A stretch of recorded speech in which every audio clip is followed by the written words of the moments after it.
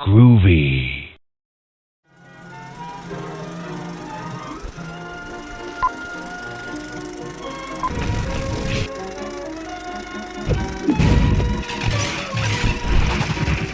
Reviving classic 2D arcade titles with a modern 3D sequel is normally a recipe for disaster.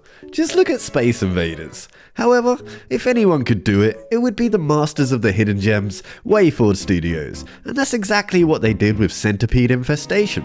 Infestation is a true gem that stays true to its chaotic arcade heritage, but throws that retro, insanely addictive gameplay into a whole new modern genre with some good old tower defense thrown in for good measure. And yeah, it works insanely well.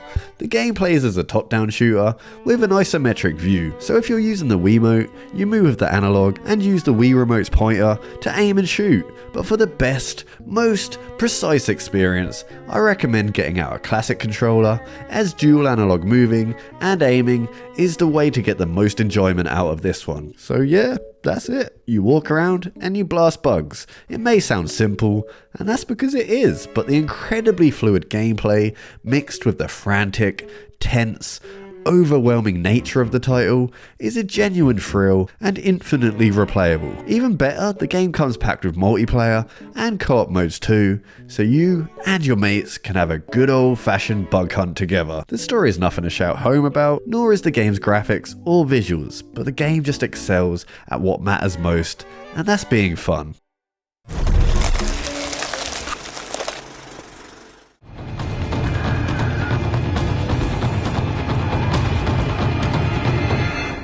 Mahalo, mother. While we did get Battalion Wars 2 for the Wii, and that game could be considered a gem in its own right, a game that plays a lot like the classic GBA Advanced Wars is Battleship. And yeah, it may be a tie-in to that god-awful Rihanna movie, but I still wouldn't sleep on this one, as this turn-based tactical strategy title is surprisingly a boatload of fun. The large range of ships, weapons, and tactical movements make this game incredibly rich in depth and strategy. I have to also give a special mention to the segments where certain attacks transform the gameplay into an on-rails light gun-esque affair that sees you blasting specific areas on hulking alien ships to bring them down. It's a nice little touch that breaks up the strategic gameplay nicely, and with the game costing a mere £3, surely this is a no-brainer for anyone who likes to think as much as they like to destroy. B3! You sunk my battleship.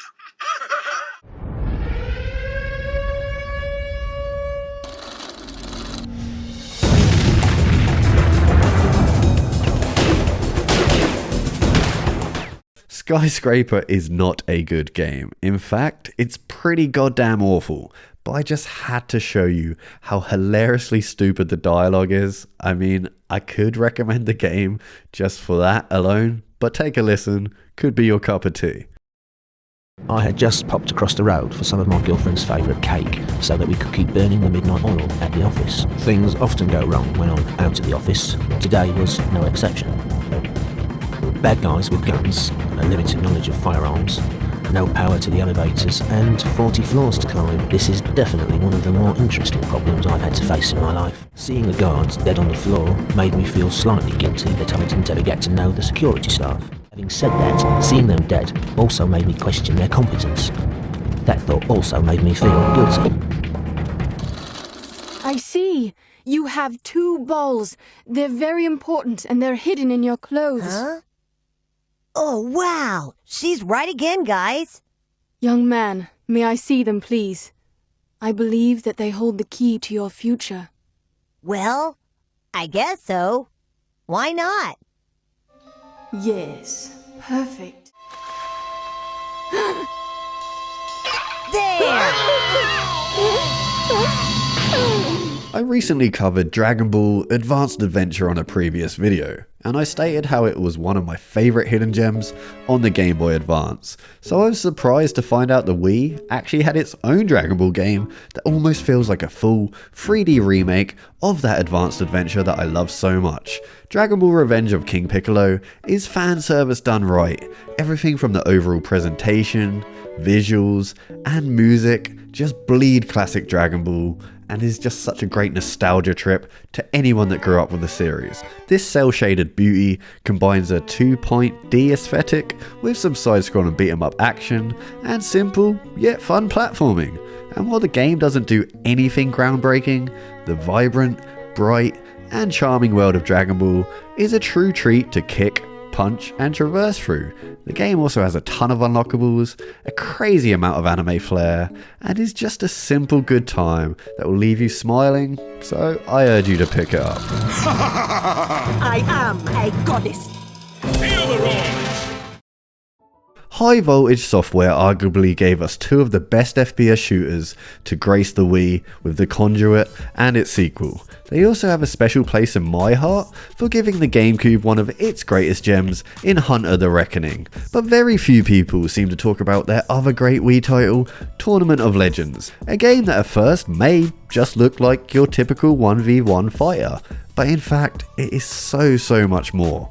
Yeah, sure, you have a crazy cast of characters with some incredibly cheesy one-liners to boot, and the main aim of the game of course is to beat the hell out of each other, but it's the core fighting mechanics that are unlike any fighter I can think of that makes this one a true standout. It does take a while to get accustomed to, but once you do, this game opens up into something awesomely unique. So if you can find it cheap, I recommend this one, it's really good. What a rush.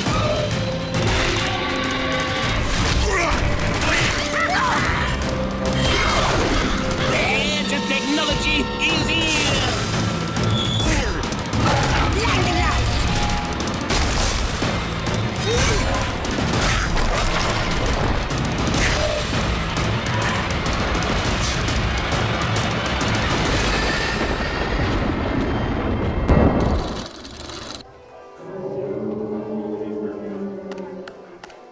We'll have a number 4 with hash browns. Hold the onions. I'm on break. Look, I'm a sucker for quirky 3D platformers, so I had to add Def Jr. 2, the root of all evil, to this list. As per every other action platformer, Def Jr. sees you running around exploring, taking down enemies, and collecting items. But for me, it stands out for its overall aesthetic and tone, combining cute and cuddly with the twisted and dark, give this game its own distinct style that's so hard not to fall in love with. Everything from the levels to the characters are just oozing with flair and visual style, and this even bleeds into the weapons as they are so imaginatively creative too. It's not the most polished in its gameplay, but the gothic, insanely funny, mature story and dialogue are enough to highly recommend this title, especially if you get a friend round, as co-op is the best way to experience this one. Now where am I supposed to go?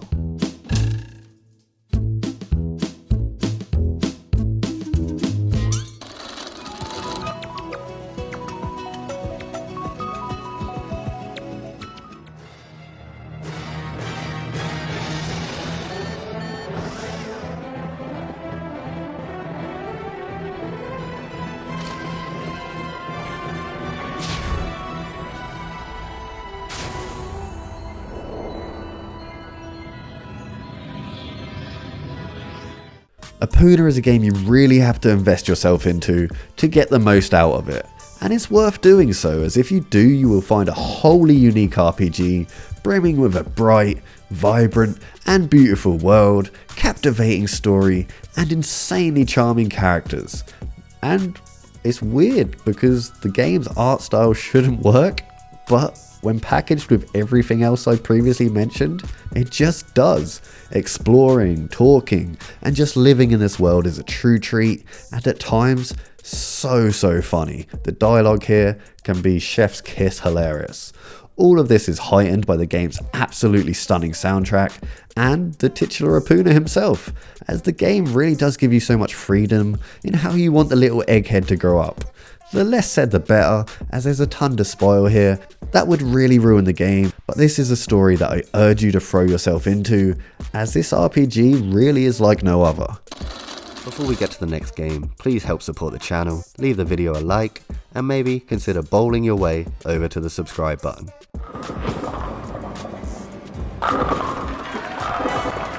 Nice throw!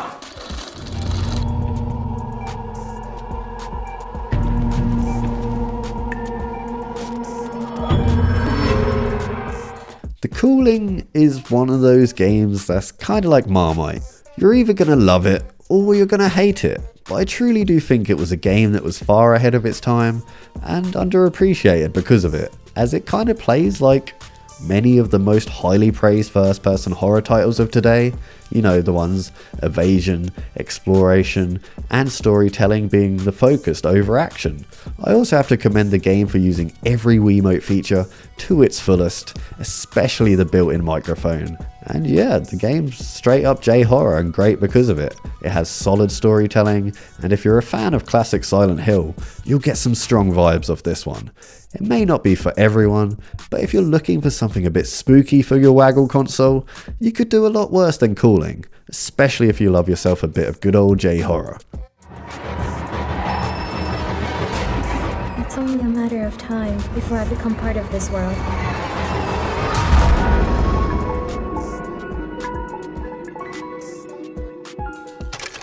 Where the lions of the sea live is now dominated by Imperial Rome.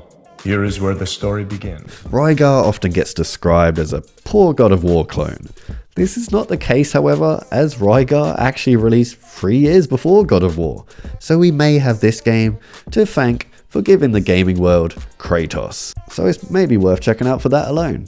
Just like God of War, this game is a mythology-soaked, hacking and slashing good time. This remake of an old NES classic sees you use your trusty chained, shield, Beyblade weapon thing to carve your way through tons of varied nasties, all ripped straight from Greek and Roman mythology. And yeah, it's a simple hack and slasher, but stringing together combos is also satisfying, and the Wii controls are actually decently implemented here. And even though simple, the character-focused story is extremely solid. The Wii's library doesn't consist of too many great hack and slashers, and even though it's a port of an old PS2 title, graphically, Rygar still holds up, and the sound design and music absolutely slap. So if you're a fan of the genre, or want to try a game that may have inspired God of War, then be sure to keep an eye out for this one.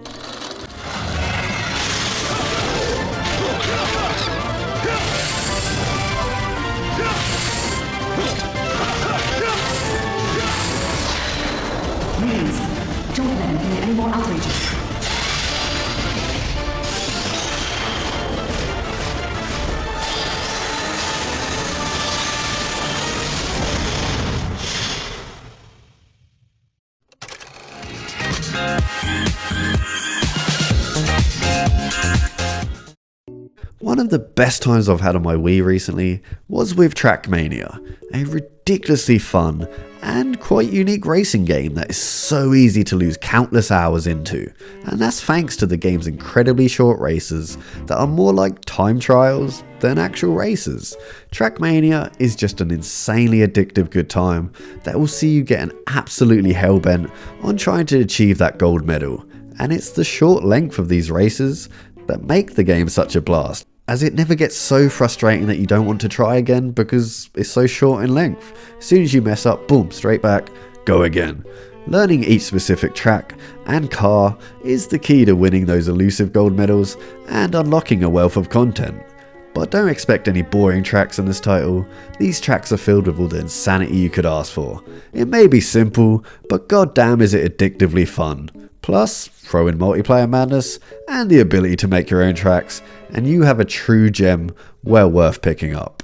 Add this one to your collection. Trust me, you'll thank me later.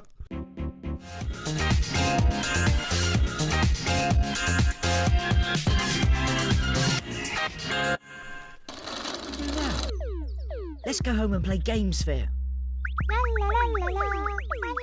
Oh! My balloon! I can't reach it! Somebody help!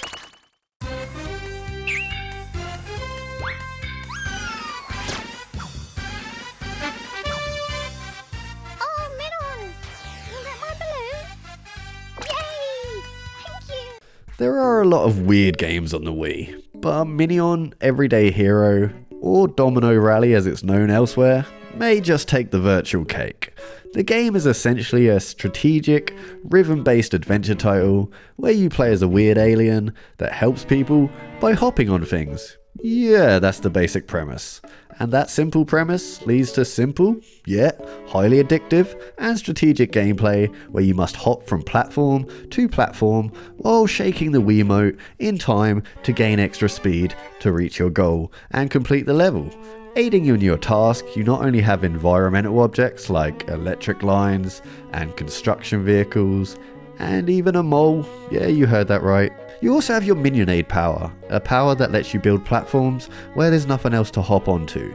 This tense, rhythmic dance is accompanied by some oddly soothing J-pop to create a wholly unique experience that I urge you to try, as Everyday Hero will have you coming back time and time again to beat your high scores.